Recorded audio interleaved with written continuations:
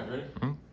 All right. Since the release of Jose Canseco's controversial book Juiced in 2005, exposing the use of steroids in baseball, Major League Baseball has found itself involved in the position of punishing players who gained a competitive advantage on the diamond as compared to the ones who didn't.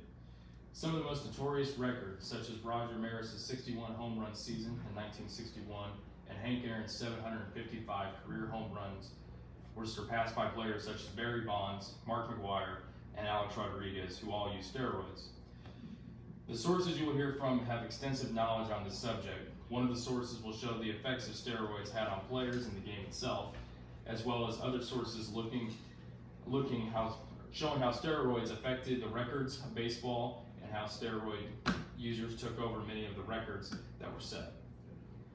Now that I've told you about this use of steroids in baseball, I'm going to tell you about the most notable players to use these steroids. There have been plenty of players to use steroids over different parts of their careers, but here are the most notable. Many of the steroid users came in the 1990s.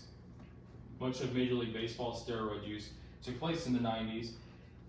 In an official report published by George Mitchell, he includes sluggers such as Mark McGwire of the St. Louis Cardinals, Barry Bonds of the San Francisco Giants, Sammy Sosa of the Chicago Cubs, Jose Canseco of the Oakland Athletics, and Lenny Dykstra of the Philadelphia Phillies, among others involved in the use of steroids.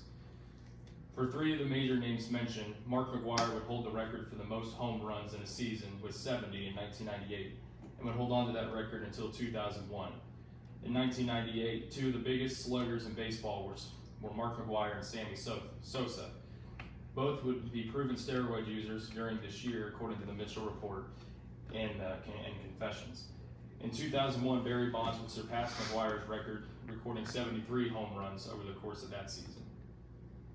The 1990s were not the only time where steroids were prominent in baseball. In 2000s, they had plenty of steroid users in those years. Alex Rodriguez would rise to prominence while playing for the Seattle Mariners and then would be traded to the Texas Rangers in 2001. He would end up signing the biggest contract in sports in the process. According to both the Mitchell report and Jose Canseco, Rodriguez was actively using steroids, and Rodriguez would admit to this in later interviews. Rodriguez would be exposed for the use of steroids in 2013, and Major League Baseball would issue the longest suspension in league history of 211 games. Rodriguez would file a number of appeals and eventually would only be suspended for the entirety of the 2014 season. Now that I've told you about the most notable players, I'm going to tell you about the usage of steroids in baseball. Even with large punishments, public shame, and public shame, players continue to use steroids. The usage of steroids in baseball is much more frequent than it was in the age of McGwire, Sosa, and Bonds. According to the Game Hoss, several former Major League Baseball players and others have come out and talked about the numbers of players who use them. All came out with different numbers, but former player Jose Canseco estimated about 85% of Major League Baseball players were using anabolic steroids. Ken Caminiti, another former player, estimated approximately 50% were using. One of the biggest clubs with the most steroid cases implicated in the Mitchell report is the New York Yankees, with 26 confirmed cases of steroid use among its players. Some of the most notable, such as Alex Rodriguez, Roger Clemens, and Jason Giambi, just to name a few. Usage amongst players is still a prominent issue in 2022. In August of 2022, San Diego Padres superstar Fernando Tatis Jr. was suspended 80 games, which includes any postseason games for his use of anabolic steroids. He's currently in the appeals process. His suspension is the longest since Alex Rodriguez's suspension in 2013, and Tatis has lost major endorsement deals with companies such as Adidas and MLB The Show. Now that I've told you about the usage of steroids in baseball in the current year, I'm going to tell you about the effect that it's having on the youth of baseball.